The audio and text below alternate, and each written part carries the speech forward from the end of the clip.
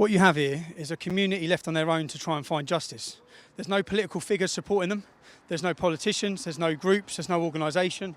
Just families left to come out together to demand justice. We're in Sunderland covering a community campaign for justice for a young English girl called Chelsey, who was gang raped by Syrian refugees, and there have been no further actions. So there's eyewitnesses, there's forensics, and they've been fighting for justice now for 12 months.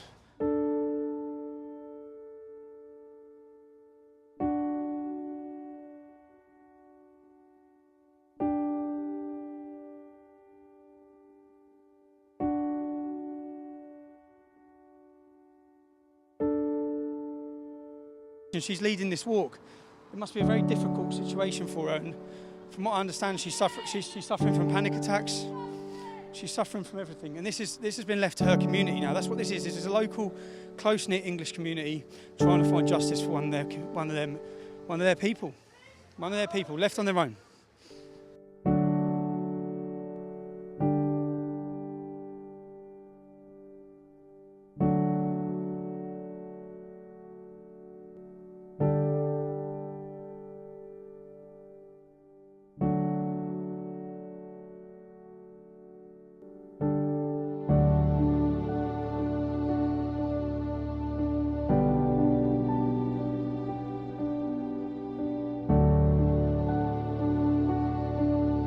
You can see the support that people are feeling against this, and most people, unfortunately, would not even know this demonstration was going on. That's what we want to do. We want to bring it to the public's attention.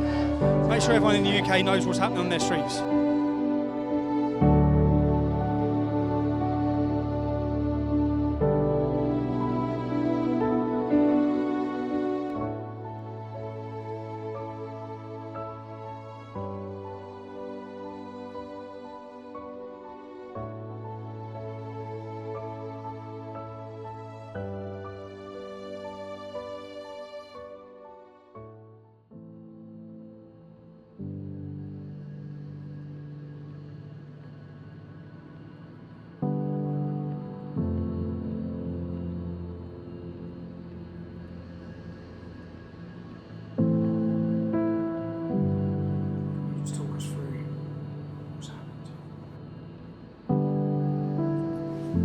On September the 4th, 2016, I went out with my mum and my mum's friend.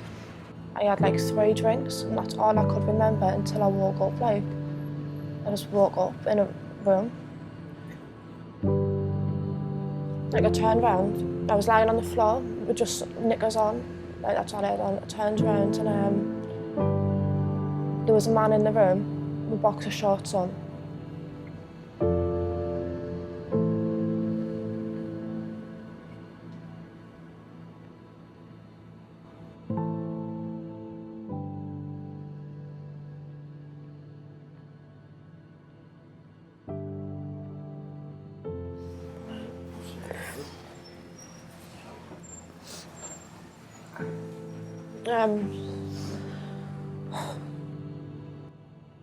I turned around and there was a man there. To me, he looked Turkish to me on that night, so that's what I described him the next year, anyways. And he was in the corner where there was a little sink in the room, but I can't remember any furniture or anything like that in the bedroom. And when I've jumped up and tried to open the door, and the door was locked, and he pinned my head against the door, and so I hit my head against the door, and saying that I weren't getting out, while he was laughing and stuff. I was beaten quite badly on the staircase. By how many? How I got out was he opened the door and he let another man in. And I knew I needed to get out of that bedroom then, so I ran out. And he'd kicked us down the flight of stairs and then dragged us up by my hair, had us pinned against him. And I just remember being on the bottom floor now, near where the front door is. And there was more people there, I'm not sure on numbers, but I would say there was another 3 downstairs. And then when you've got out of the house, there's a witness to this? Yeah, a lady that lives in the same street. And she saw them chasing you? Just seeing them drag us back in and me fighting my way back out. So she saw them dragging you? And she's By my hair. By your hair? Yeah. Back into the house? The police came to mine about, I think it was about 2 o'clock on the afternoon. And the police, like the lady was crying. She says, we strongly advise you to come to the Reach Sexual Assault Clinic to be given a full body medical, like where injuries would be photographed and measured and swabs would be taken, morning after pill, and where you will get your appointments to be checked over for AIDS and stuff like that. So I went and got it, thinking it would get all the evidence they needed. And what did that show? That there was 2 counts of sperm, but only 1 could be used because it was internal. Why? Yeah, they went down the same day. Well, they went down September the 5th and arrested 6 men. 6 men who were Syrian and Iraqis? Yeah. They were then released on bail and moved to a safe house? Yeah, they were released on bail 3 times. Released on bail 3 times? Yeah. Yeah, there's multiple witnesses. Witness? Yeah, like including me auntie, who would obviously seen the state I was in. Someone who was finishing night shift who was driving down and seen us clinging onto like a railing screaming for help. There's the neighbour who heard the scream and looked out the window and seen them chasing us down the street. There's a lady who lives 2 streets behind where it happened who heard screaming. But the lady who lives 2 streets behind, they didn't go back and take a statement from her. They haven't even been and taken a statement? And that's crucial evidence that they've just forgotten about. What were your injuries? I've seen you look like you were black and blue.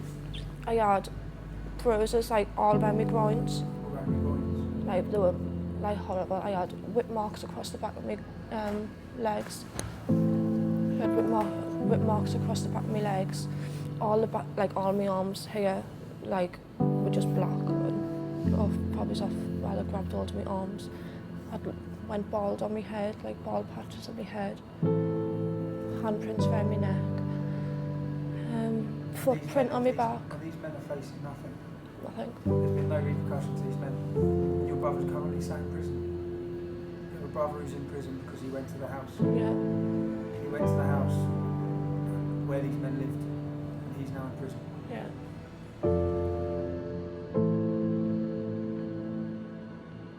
Yeah, messenger. Can you tell me what you saw? Right, well, it was in September. I can't remember the date. It was a Sunday. Okay? Yep. It was a Sunday morning, and my fiancé rang me because he's a long-distance lorry driver. Okay.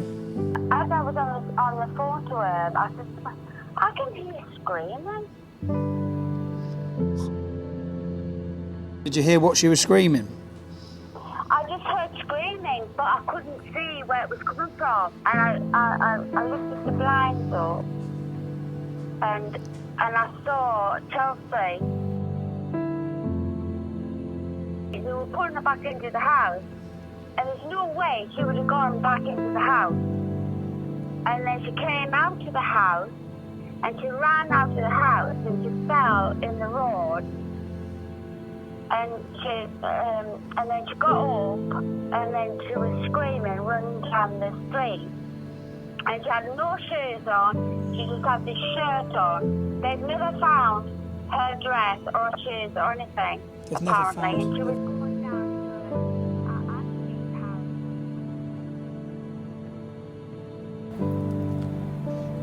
house. Like to me, I'm not coping, but to everyone else I am.